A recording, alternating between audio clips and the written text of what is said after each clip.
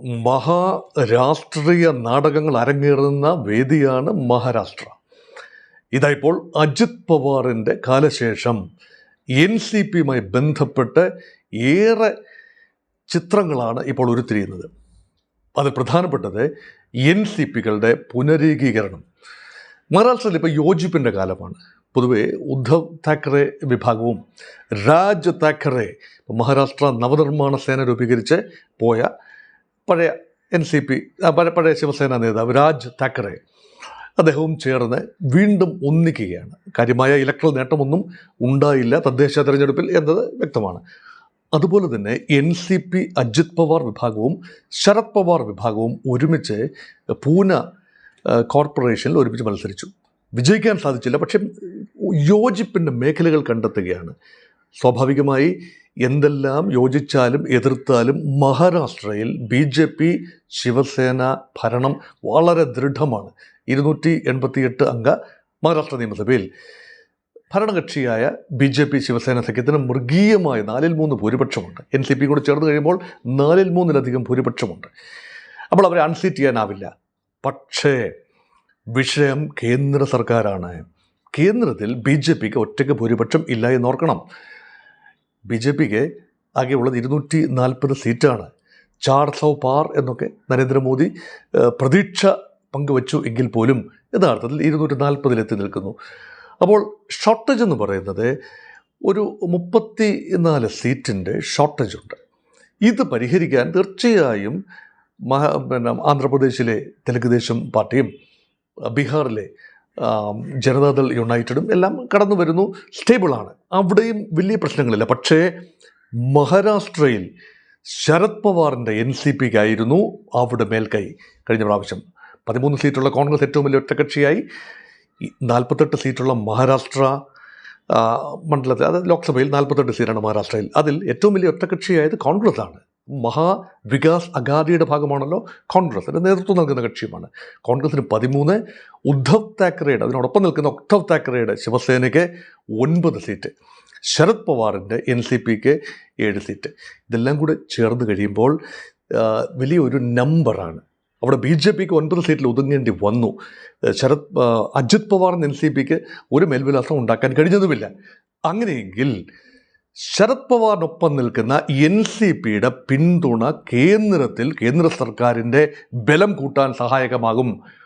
അതുകൊണ്ടൊരു deal strike ചെയ്യുന്ന തിരക്കിലാണ് മഹാരാഷ്ട്രയിൽ.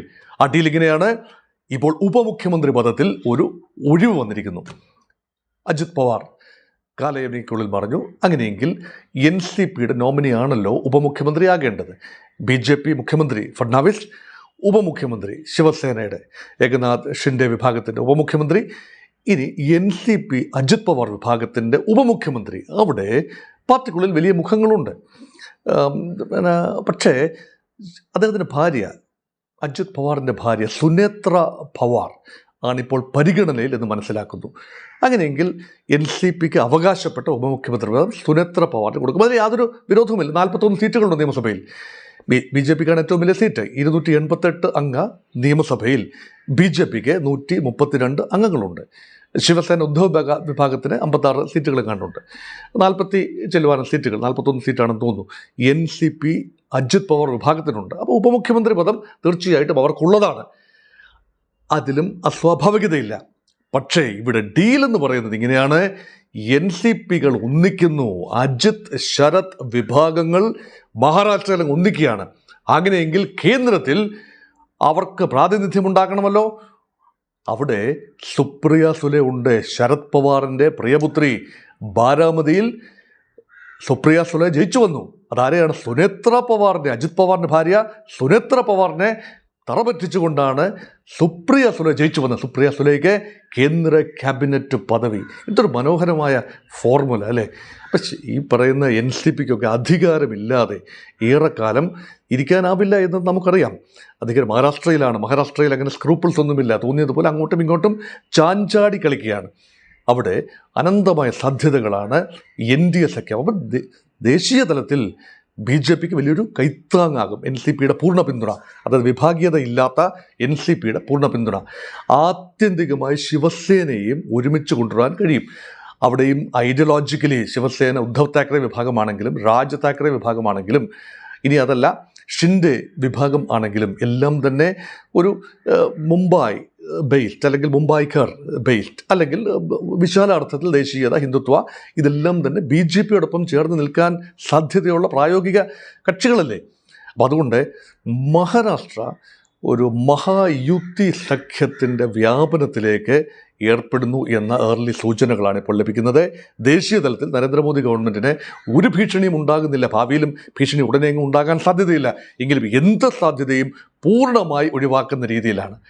അങ്ങനെ വരുമ്പോഴാണ് ഇന്ത്യ മുന്നണിയുടെ കെട്ടുറപ്പിനെ കുറിച്ച് കൂടി ആശങ്കകൾ വരികയാണ്. ഇന്ത്യ മുന്നണിയുടെ എക്കാലത്തെയും നെടും തൂണാണല്ലോ.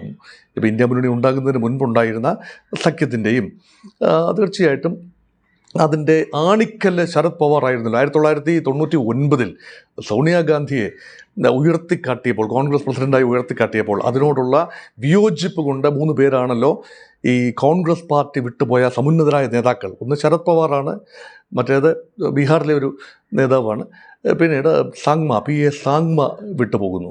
താരിഖ് അൻവറും സാങ്മയും ശരത് പവാറും ഒക്കെ വിട്ടുപോയപ്പോൾ കോൺഗ്രസ് വല്ലാതെ ഒന്ന് ഞെട്ടി. പക്ഷേ ശരത് പവാർ അവിടെ NCP രൂപീകരിച്ച് ഫേമായിട്ട് എൻട്രൻച്ച് ചെയ്തു. മാറിയും മറിഞ്ഞും അധികാരത്തിൽ വന്നും പോയും ഒക്കെ ഇരുന്നു. പക്ഷേ കൂടുതൽ സമയവും NCP എന്ന് പറയുന്ന പാർട്ടി BJPയോടൊപ്പം പോകാൻ താല്പര്യപ്പെട്ടില്ല. പക്ഷേ 2023 ഒരു കൊട്ടാരം അട്ടിമറിയിലൂടെ അജിത് പവാർ വിട്ടുപോയി. അതിന് മുൻപ് തന്നെ 2019 തന്നെ അജിത് പവാർ വിട്ടുപോകുന്നൊരു സൂചന നാട്ടി BJPയോടൊപ്പം ശിവസേനയോടൊപ്പം ചേർന്ന് നിന്നുകൊണ്ട് പെട്ടെന്ന് നാടകീയമായി അധികാരത്തിൽ വരികയാണ് 2019 തെരഞ്ഞെടുപ്പ് കഴിഞ്ഞപ്പോൾ. അപ്പോൾ അമ്മാവൻ ശരത് പവാർ അജിത് പവാറിനെ തിരിച്ചു പിടിച്ചു, കൂടെയുള്ള MLA-മാരെയും തിരിച്ചു പിടിച്ചു. പക്ഷേ 2023 അത് സാധിച്ചില്ല. അതുകൊണ്ട് പൂർണ്ണമായും BJP പാളയത്തിൽ അല്ലെങ്കിൽ NDA പാളയത്തിൽ, NDA എന്ന് പറയുന്നത് മഹാരാഷ്ട്രയിൽ മഹായുതി സഖ്യമാണ്, UPA അല്ലെങ്കിൽ ഇന്ത്യ മുന്നണി എന്ന് പറയുന്ന മഹാവികാസ് അഘാഡിയുമാണ് എന്നോർക്കുമല്ലോ. അപ്പോൾ ഞാൻ കണക്കൂടുകയാണ്, മഹാരാഷ്ട്ര രാഷ്ട്രീയത്തിൽ വരുന്ന മാറ്റം മറിച്ചിലുകൾ ഇനിയുള്ള ദിവസങ്ങളിൽ വൻ ചർച്ചയാകും. ഇന്ത്യ മുന്നണി എങ്ങോട്ട് എന്നതാണ്. മമതാ ബാനർജി ഇപ്പോൾ തന്നെ ഇന്ത്യ മുന്നണി ഉണ്ടെന്നും ഇല്ലെന്നും പറയാനാവാത്ത അവസ്ഥയിലാണ്. അരവിന്ദ് കെജ്രിവാളിനെ കുറിച്ച് ഒന്നും തന്നെ പറയാനാവില്ല. ആകെ ഉറച്ചു നിൽക്കുന്നു എന്ന് പറയപ്പെടുന്നത് ഉത്തർപ്രദേശിലെ പ്രമുഖ കക്ഷിയായ സമാജ്വാദി പാർട്ടിയും ബീഹാറിലെ പ്രമുഖ കക്ഷിയായ രാഷ്ട്രീയ ജനതാദളും മാത്രമാണ്. അതുപോലെ DMK തമിഴ്നാട്ടിൽ. ഇതൊക്കെ കൊണ്ട് മാത്രം ഇന്ത്യ മുന്നണിക്ക് കാര്യമായി മുന്നോട്ട് പോകാനാവുമോ എന്ന ഒരു കാര്യമുണ്ട്. നോക്കൂ, മഹാരാഷ്ട്ര ഒരിക്കലും ഒരു BJP സംഘപരിവാർ രാഷ്ട്രീയം അങ്ങനെ തലയ്ക്ക് പിടിച്ച ഒരു സംസ്ഥാനമായിരുന്നില്ല. അവിടെ കോൺഗ്രസിൻ്റെ സ്വയം കൃതാനർത്ഥമെന്ന് പറയാവുന്ന രീതിയിലുള്ള കോൺഗ്രസിൻ്റെ ഒരു കെടുകാര്യസ്ഥത, ഒരുപാട് അഴിമതി, ഇപ്പോൾ കോമൺവെൽത്ത് ഗെയിംസിലെ അഴിമതി, അതുപോലെ മറ്റ് ഭവന നിർമ്മാണ പദ്ധതികളിലെ ചില അഴിമതികൾ എന്ന് വേണ്ട വ്യാപകമായ അഴിമതികളിൽ മുങ്ങിക്കുളിച്ച മഹാരാഷ്ട്രയിലെ കോൺഗ്രസ് രാഷ്ട്രീയം, അശോക് ചവാൻ ഉൾപ്പെടെയുള്ള കോൺഗ്രസ് നേതാക്കൾ നിവൃത്തികേട് കൊണ്ട് അഴിമതി കാര്യത്തിൽ ED അന്വേഷണം നേരിടുന്ന ഘട്ടത്തിലാണ് നിവൃത്തികേട് കൊണ്ട് രാജിവെച്ച് ഭാരതീയ ജനതാ പാർട്ടിയിൽ ചേരേണ്ടി വന്നു. അതുകൊണ്ട് കോൺഗ്രസിൻ്റെ സമുന്നതരായ നേതാക്കൾ ഈ വാഷിംഗ് മെഷീൻ കൾച്ചർ, അതായത് അലക്കി വെളുപ്പിക്കുന്ന വാഷിംഗ് മെഷീനാണ് BJP എന്നാണല്ലോ പൊതുവെ ഉള്ള ആക്ഷേപം, അതിൽ വീണുകൊണ്ട് കോൺഗ്രസ് രാഷ്ട്രീയം ഉപേക്ഷിച്ച് ഒന്നൊന്നായി BJPയിലേക്ക് ചേരുന്നു, അല്ലെങ്കിൽ മറ്റ് ഇടങ്ങൾ തേടി പോവുകയാണ്. അങ്ങനെ മഹാരാഷ്ട്രയിൽ ഒരു കാലത്ത് വളരെ പ്രബലമായിരുന്ന വസന്തദാദ പാട്ടീലിൻ്റെ ഒക്കെ സമയത്ത് വളരെ പ്രബലമായിരുന്ന കോൺഗ്രസ് രാഷ്ട്രീയം, AR അബ്ദുലെ ഒക്കെ വൻപൻ നേതാക്കളല്ലേ. അതുകൊണ്ട് കോൺഗ്രസ് രാഷ്ട്രീയം തകരുകയാണ്. അതേസമയം പ്രതിപക്ഷത്തെ ഒരു ഇടം കണ്ടെത്താൻ NCP പോകുന്നു, ശിവസേന പോകുന്നു. അപ്പോൾ ഏക പ്രതിപക്ഷ മുഖമായി ഫേംലി എൻട്രൻച്ച് ചെയ്ത് വരാൻ കോൺഗ്രസിന് അവസരമുണ്ട്. അതുമാത്രമല്ല, NCPയുടെ സമുന്നതനായ നേതാവായിരുന്നല്ലോ ശരത് പവാർ. അപ്പോൾ അദ്ദേഹം ഇപ്പോൾ വളരെ പ്രായമായിരിക്കുകയാണ്. അദ്ദേഹത്തിന് ഇനി എത്ര നാൾ എന്നറിയില്ല. അജിത് പവാർ പോയി കഴിഞ്ഞു. അപ്പോൾ പിന്നെ പഞ്ചസാര സഹകരണ സംഘങ്ങൾ മധ്യ മഹാരാഷ്ട്ര, വെസ്റ്റേൺ മഹാരാഷ്ട്ര മേഖലകളിലൊക്കെയുള്ള കോഓപ്പറേറ്റീവ്സ്, പ്രധാനമായും ഷുഗർ കോഓപ്പറേറ്റീവ്സ്, അതിൻ്റെയൊക്കെ നിയന്ത്രണം ഒരുപക്ഷെ NCPക്ക് നഷ്ടപ്പെട്ടു പോയാൽ, ഇപ്പോൾ വളരെ ശക്തമാണ്, നഷ്ടപ്പെട്ടു പോയാൽ അവിടേക്ക് കണ്ണെറിയാൻ കോൺഗ്രസിനാവുമോ? നഷ്ടപ്പെട്ടു പോയ ഗ്രാമീണ ഒരു അടിത്തറ തിരിച്ചെടുക്കാൻ കഴിയുമോ? ഒരുപക്ഷെ ഹിന്ദുത്വ രാഷ്ട്രീയമോ പ്രാദേശിക രാഷ്ട്രീയമോ അടുക്കുന്ന ഒരു ഘട്ടത്തിൽ കോൺഗ്രസിന് തിരിച്ചു വരാനാവുമോ എന്നൊരു ചിന്തയുണ്ട്. അതുകൊണ്ട് വേണ്ടാത്തവരെല്ലാം പൊയ്ക്കോട്ടെ എന്ന ഒരു ചിന്തയും മഹാരാഷ്ട്രയിലെ അടിയുറച്ച പഴയകാല കോൺഗ്രസ് നേതാക്കൾക്കുണ്ട്. പക്ഷേ ഗ്രാസ് റൂട്ട് ലെവലിൽ കോൺഗ്രസ് പാർട്ടി ശക്തമാണ് എന്ന് പറയാനും ആവില്ല. അതുകൊണ്ട് ഈ റൗണ്ട് കൺക്ലൂഡ് ചെയ്യുമ്പോൾ ഇതിപ്പം ഈ പ്ലോട്ട് ഹാച്ച് ചെയ്യാൻ തിരക്കിലാണ്. കാരണം ഞാൻ പ്രേക്ഷകരോട് പങ്കുവയ്ക്കുന്നത് ഈ അണിയറയിൽ നടക്കുന്ന നീക്കങ്ങളുടെ ഒരു വിലയിരുത്തൽ മാത്രമാണ്.